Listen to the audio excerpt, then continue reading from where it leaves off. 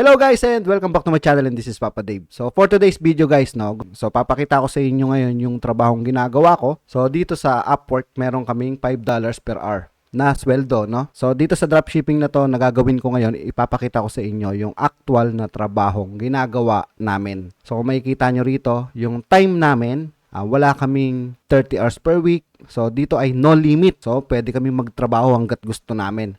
So ngayon ay naka 7 hours and 20 minutes na kami. Okay, so bago tayo magsimula guys, sa mga bagong viewers natin, kung bago ka lang dito sa ating YouTube channel, please subscribe and hit the notification bell para updated ka sa mga tutorials natin. At next week, magbibigay ako ng bagong dropshipping course, no, dito sa members area natin. Sa mga interested sa inyo na makanood ng mga full course na mga hindi ko na ilalabas sa public video, mga special video ko. So mag-join lang tayo dito sa members area natin. Okay guys, now dito sa AutoDS, ito yung homepage niya kung makikita natin. So ang gagawin ko muna ay mag-on ako ng time para mapakita ko sa inyo na actual tong ginagawa natin. Okay, so ito na yung pinaka-dashboard natin. So ngayon, iba-iba tayo ng pwedeng maging trabaho kapag nakakuha tayo ng dropshipping. So kagaya nito, no, meron kaming product research, meron kaming product listing, pero ang ginagawa ko ay meron kaming bagong strategy para dire-diretso yung trabaho nyo, no, para hindi kayo mahirapan. So dito, mapapakita ko sa inyo yung mga petics mode na pwede nating gawin once na makakuha tayo ng ganitong trabaho. So dito, kung makikita nyo, pag kinlik ko dito sa gilid yung draft. So itong dashboard, ito yung pinaka-homepage natin dito sa AutoDS. So itong AutoDS tools, sa mga hindi nakakaalam, ito yung mga dropshipping tools na nakakonekta sa eBay at Amazon. So kung makikita nyo rito, meron silang marketplace, meron silang mga TikTok spy, kung makikita natin. Yan, dito sa marketplace guys, makikita nyo, no? Halimbawa, makakuha kayo ng clients na meron silang, nagbibenta sila sa TikTok. So, meron na bago rito na TikTok spy, tapos meron siya ditong marketplace. So, dito, ito yung mga winning products. Makikita nyo rin dito sa AutoDS. Pero itong winning products na to, hindi namin to sinusunod dahil mas nag-work yung strategy na ginagawa namin sa product research. So, pwedeng bukas, pwedeng sa isang araw ay mag-upload ako ng product research kung paano yung mga senaryo, no, ng mga dropshipping ngayon. So kung hindi nyo mahihintay, meron tayo dyan, no, Zik Analytics full course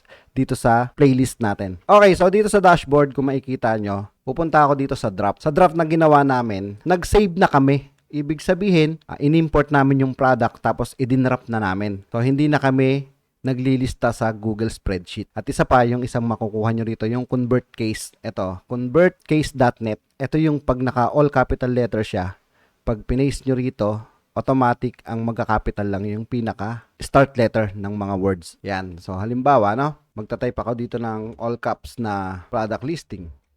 Pag ginapi ko yan, pinaste ko rito. So, pwede natin i-click tong capitalized case. And capitalized case para hindi kayo mahirapan kung kukopya kayo ng title na naka-capital letter lahat, no.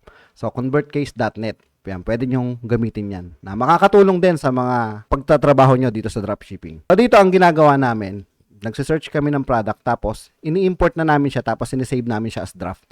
So dito hindi na kami gumagamit ng spreadsheet dahil meron nga silang dropshipping tools. Dito sa dropshipping tools nakasave na lahat ng mga ginagawa ni client sa eBay. So dito sa eBay, automatic magpa-product research tayo para malaman nyo kung paano namin kinukuha yung mga product na to. Ilalagay ko yung link sa description ng Zik Analytics. No, meron tayo dyan sa playlist. So, ayan, halimbawa, ito yung na-search kong product. Ang gagawin ko dito ay i-click ko tong click to edit.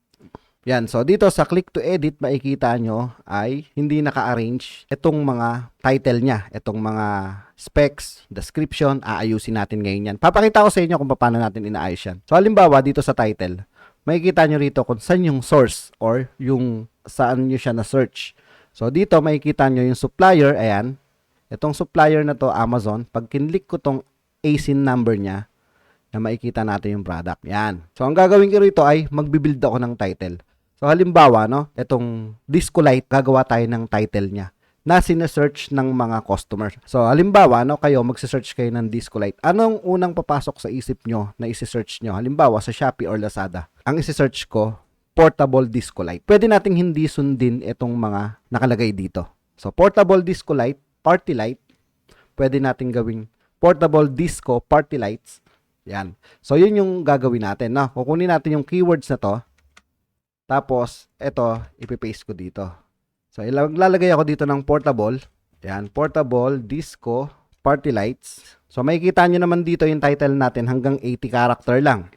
So, kailangan mapuno natin yan. So, ang gagawin natin, balik tayo dito sa Amazon. Tapos, maghahanap pa tayo ng ibang mga keywords na possible na i-search ng mga customers. So, halimbawa, no? 7 lights color. So, hindi naman isi-search yan, no? Yung 7 lights color na yan. So, ito ay, ano na lang to. Features niya to. Pag wala tayong makuha dito sa title ng Amazon, pwede tayong kumuha dito sa description. So, halimbawa, disco ball.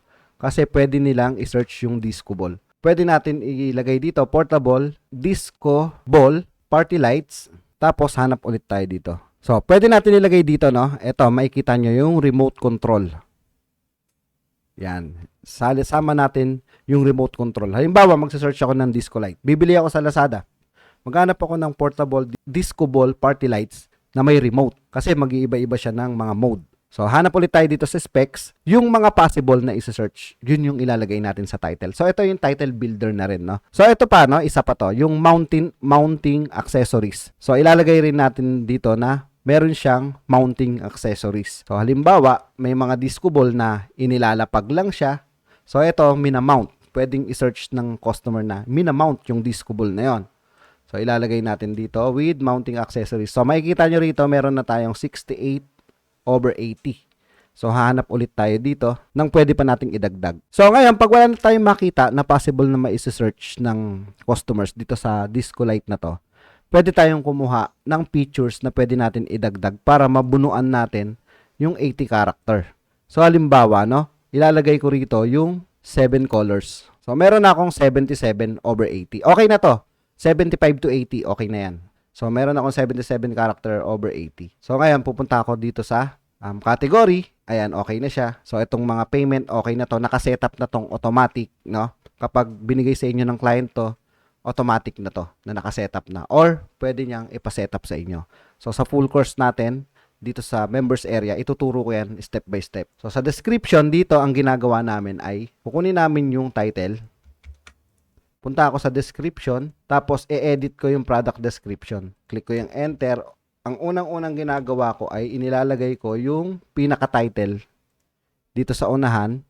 Ibo-bold ko siya. Papalitan ko ng font size na 28. So, dito naman sa mga natitira, gagawin ko siyang 22 ang size.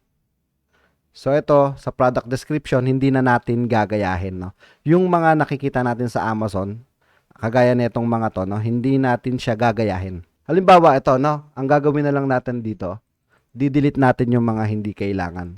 So, magiging customized na yung pinaka-description natin. So, pwede itong maging description writer, no, pagdating dito sa work from home. So, kung meron kayong makikita dito na about sa pinopromote ng seller dito sa Amazon about dun sa kanila, meron silang mga shipping policy na inad dito sa description. Pwede natin i-delete yun dahil meron tayong sariling shipping policy. So, yan. Halimbawa, eto, no?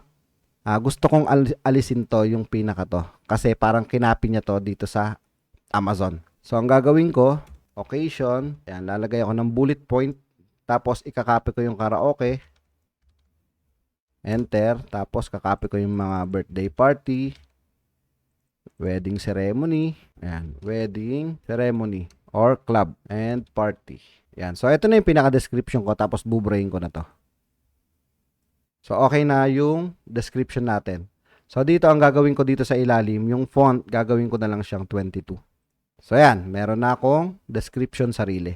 So, ganito lang kasimple, hindi na maarte ngayon, no, yung mga ibang clients. Kasi yung ibang mga clients, meron sila ready templates na, hindi na nila pinapagalaw tong mga to. Dito, tatanggalin natin itong mga sign na yan. And ako tinatanggal ko tong mga sign na to. Yan, tanggalin natin to isa-isa. Pwede natin siyang palitan ng open and close parenthesis. So, ako pinapalitan ko yung mga yan eh. So, halimbawa, okay na itong description natin, no? Sa variant, kung meron siya ibang variant, check natin. So, wala siyang ibang variant. Hindi kagaya nung iba, meron siyang ibang mga design, meron siyang ibang mga kulay. So, dito naman sa images, so, check muna natin yung price niya. Click natin yung edit.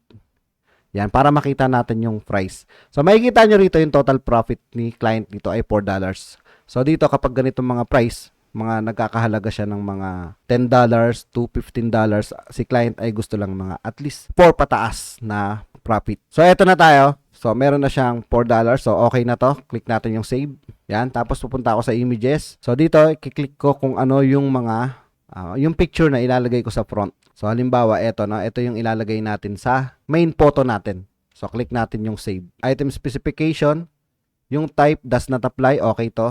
Kailangan wala siyang brand. Aalisin nyo yung brand. Itong item model na to, didelete ko siya. Tapos kung ano pa yung about dun sa seller, no? Okay yan. Tapos hanap tayo ulit dito. Part number, delete natin yan kasi hindi naman na kailangan yan eh. Part number sa mga sasakyan, importante yan. Pero sa mga Discolite lang naman, nagkakahalaga ng 300, 500, hindi na naghahanap ng ganyan yan. Tapos hanap tayo dito, no? Shade color, yan, alisin natin tong mga to. Yung mga hindi kasama or hindi naiintindihan ng mga buyer, no? Yan, 1 piece, 3 watts, yan, plastic, yan, okay na to. Kung makikita nyo, iisa-isahin nyo pa rin to. Yan, sa type niya, does not apply. Pwede natin i-edit. Lagay natin portable disco ball. Portable party lights. Tapos, kiklik na natin yung save and import para malist na siya dun sa store ni client. So, ganun lang kasimple, no? Yan, save and import. So, automatic naka-import na, nakalist na yung product natin. So, dito ang ginagawa namin, kagaya ng sinabi ko kanina, magsi-search muna kami ng products, tapos isi-save namin siya or i-import namin siya dito sa AutoDS tool. Tapos, isi-save as draft namin. Tapos, pag marami na kaming na-search na products, so, i-edit na lang namin siya isa-isa. So, halimbawa, no, sa umaga, product research kami, 3 hours. Tapos, pagkatapos ng product research namin, puro edit na lang kami. So, kung makikita nyo rito sa time natin, yan, naka 20 minutes na tayo habang nagtuturo ako sa inyo. So, ito ay $5 per hour. So, ang gagawin ko lang, yung susunod na products naman ang i-edit namin hanggang sa matapos namin tong mga to. Halimbawa, naubos na namin to, mga na-save namin sa draft, magpa-product research ulit kami. So, yun yung trabaho namin dito sa dropshipping. Ilalagay ko ulit yung product research dyan sa description para mapag-aralan nyo or magkaroon kayo ng idea dito sa AutoDS Tools. So, saan makikita yung trabaho na to? Makikita nyo siya sa Upwork, onlinejobs.ph, pwede rin sa freelancer.com. Sa mga magtatanong sa proposal, no, inilagay ko sa proposal letter natin dyan sa, yan, tingnan nyo na lang yung video na to, dito sa Beginner's Guide playlist. Makikita nyo dyan sa mga bago sa inyo, beginner sa inyo. Makikita nyo yung pagkakasunod-sunod dyan para magkaroon kayo ng idea kung paano nag-work yung trabaho namin. So yan guys, no, sa mga interesado sa inyo ng mga full course, check natin dito sa members area natin. Next week, mabubuo natin yung dropshipping step by step. Ito yung bagong dropshipping na ginagawa namin ngayon. So yun guys, no, maraming salamat sa panonood. So yun lang po at maraming salamat.